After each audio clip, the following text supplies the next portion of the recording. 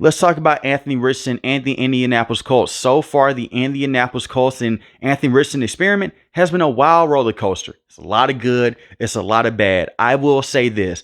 Joe Flacco should be the starting quarterback for the Indianapolis Colts for the rest of the season. The man has 7 passing touchdowns to 1 interception over the last few games since Anthony Richardson has been out. And Anthony Richardson is now 100% healthy. He's recovered from his hip injury. I understand that Anthony Richardson can go out there and make plays like this right here against the Houston Texans. Crazy play right here. He loses his footing. Beautiful throw to the back of the red zone to Alec Pierce. I understand that. But at the same time, when you look at Anthony Richardson, he is not ready to play on a weekly basis in the NFL. And I do want to start off with this as well.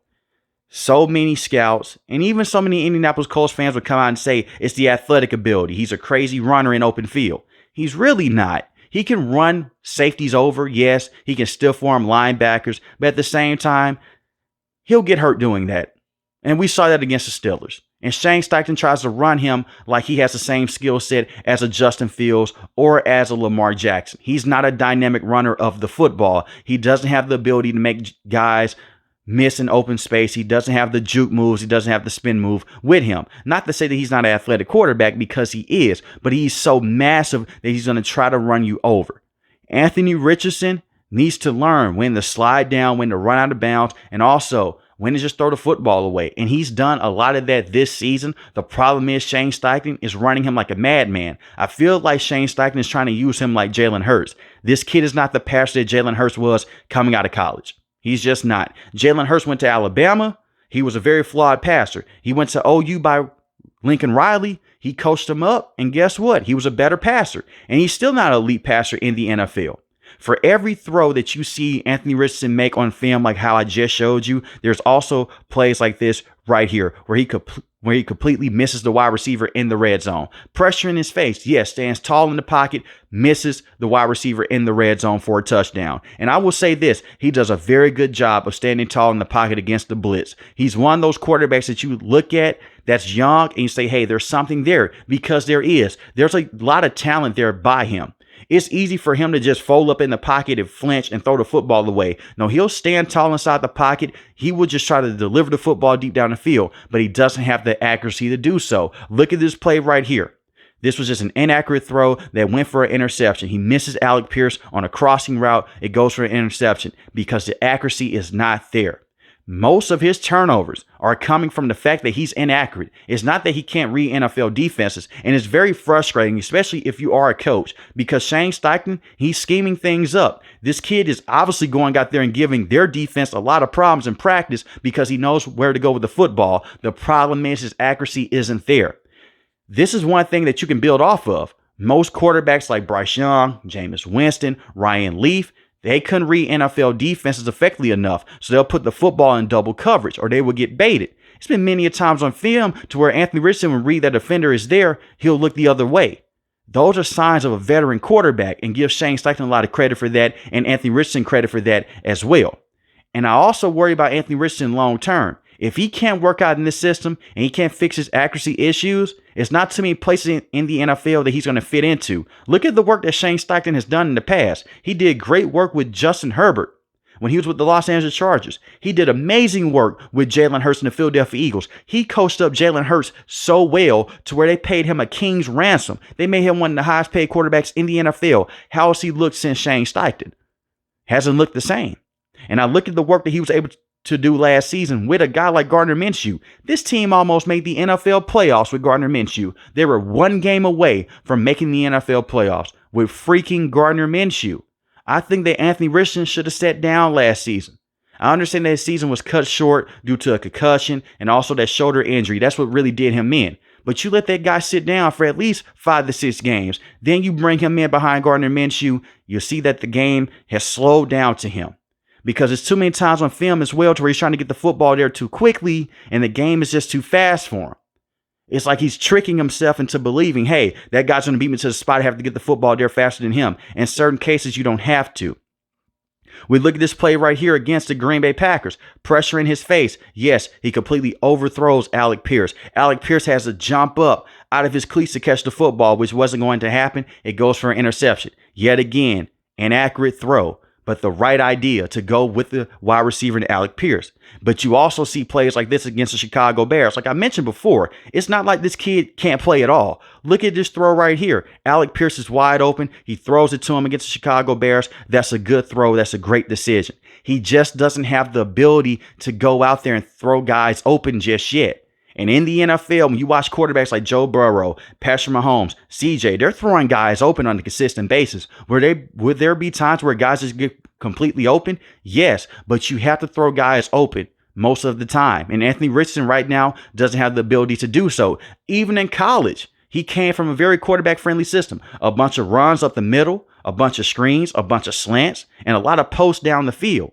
At the NFL, they're going to ask you to throw more routes than just that.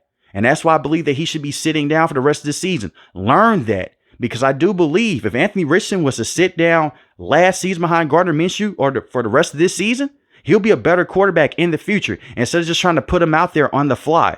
And you look at this throw right here and look at this decision against the Chicago Bears in the red zone. This is a terrible decision. This goes for an interception. This was just horrible. But at the same time, when you look at Anthony Richardson, it's the athletic ability. It's the ability to move inside and outside the pocket. The ability to have those massive throws deep down the field and throw across his body that makes you so enamored with him. I know what the Indianapolis Colts want. They really want him to be their franchise quarterback because they haven't had a franchise quarterback since Andrew Luck. And I do understand that. You've had quarterbacks start for this team like Sam Elger, Carson Wentz, Phillip Rivers, Matt Ryan, Gardner Minshew. Terrible quarterback after terrible quarterback because none of them worked out long term. And they're trying to figure guys out. You also had Jacoby Brissett as well. None of those guys are going to be the long-term option. And you look at a guy like Anthony Richardson coming out of Florida. You say, you know what? This may be our guy. He comes in. He's a big quarterback. He's similar to Andrew Luck. He doesn't have the accuracy as Andrew Luck, but he has the physical build of Andrew Luck. We can run this kid. And also this as well. We have a better offensive line. We have key weapons around him. This is a guy that went into a very good situation, maybe the best situation in the NFL for a rookie quarterback to go into. He's getting coached up by Shane Steichen. He has Michael Pittman Jr. as a number one wide receiver. He has Alec Pierce. He has Josh Downs. He also has A.D. Mitchell as well. And he has Jonathan Taylor in the backfield. And he has one of the better offensive lines in the NFL from tackle to tackle. It doesn't get better than that. So if he can't work out long term, it's not going to be a space for him in the NFL. And I really want him to work out in this division. Because have you seen this division lately? It's the Houston Texans and no one else. And you know what's crazy to think about? This team lost to the Houston Texans by 2 points in week 1. That is how insane the upside is for this kid. The Tennessee Titans right now, they're struggling with Will Levis and their offensive line. I look at the Jacksonville Jaguars, they need a lot of things to work out for them. And when I look at this Indianapolis Colts team early on in the season, I'm not going to act like the wide receivers weren't dropping passes because they were. They had a lot of drop passes. I'm talking about guys like Josh Downs, Alec Pierce, and A.D. Mitchell. They were not helping this kid out at all in the first half of the season. So hopefully when he returns, I'm recording this before they face the Miami Dolphins, he can look better on film. He can look better on the field as well. And even if Anthony Richardson does go out there and he has a great rest of the year, it's not going to even matter because their defense is so terrible. I saw Joe Flacco go out there and put up over 30 points on the Jacksonville Jaguars, and he still lost the game. The man has 7 passing touchdowns to 1 interception. This team should be undefeated underneath Joe Flacco with those numbers, but instead their defense has been horrendous. And I do want to touch on this defense as well before I let you guys go. Gus Bradley is a terrible defensive coordinator. I understand that they're dealing with a lot of injuries right now on the defensive end. DeForest Buckner's on IR right now. No Samson Ebukam because he got injured in training camp, and that really sucks because he led the team in sacks last season with 9.5. But you have Kwity Paye, Latu as well. Young players at their respective positions, but they're very good. They're terrible against the run. They're the 31st ranked defense in terms of rushing. That's one spot against the Los Angeles Rams. That's the second worst in the NFL, and they can't stop the pass either. And it's the same generic concepts that he ran last season. And let's not act like the defense was good last season either. I understand that they have a lot of young players on the defensive end, but Gus Bradley is not getting the best out of these young players. It's not like your defense is full of just a bunch of young scrubs. You have Kwity Paye, former first-round pick. Latu, first-round pick for a reason. DeForest Buckner, when he was in the lineup, they still couldn't stop the run. Zaire Franklin is a very good tackler in coverage. Not as much, but he's a tackle machine. Juju Brents has dealt with injuries, but when he's been on the field, he's been a very good cornerback. So they have young defensive talent, yes, but on the other side of that coin, they're very good. When I look at a guy like Gus Bradley, he's not a good coach in the NFL on the defensive side, and it's time to move on. So even if Anthony Richardson can go out there and give you very good production, I don't have faith in this defense. And I don't want you to just listen to the national media and just say, hey, the reason why the Indianapolis Colts are bad is because Anthony Richardson hasn't worked out, put in Joe Flacco. No, they're losing football games with Joe Flacco as well because the defense stinks. That's why. But this is a very good situation for Anthony Richardson to be in. And you still have Joe Flacco on the bench, who has basically become a mentor for this kid.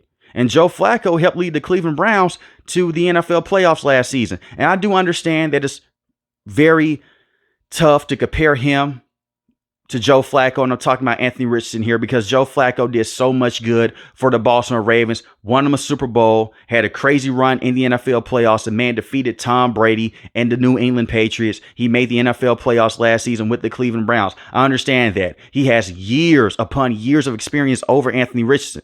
That's also another reason why I believe he should sit behind Joe Flacco and take pointers from Joe Flacco. But hey, I'm not the head coach. Shane Steichen is. I'm going to trust the process with him. I like the pieces that they have. You ask me right now, do I believe that Anthony Richardson will be a successful quarterback in the NFL with Shane Steichen? Yes.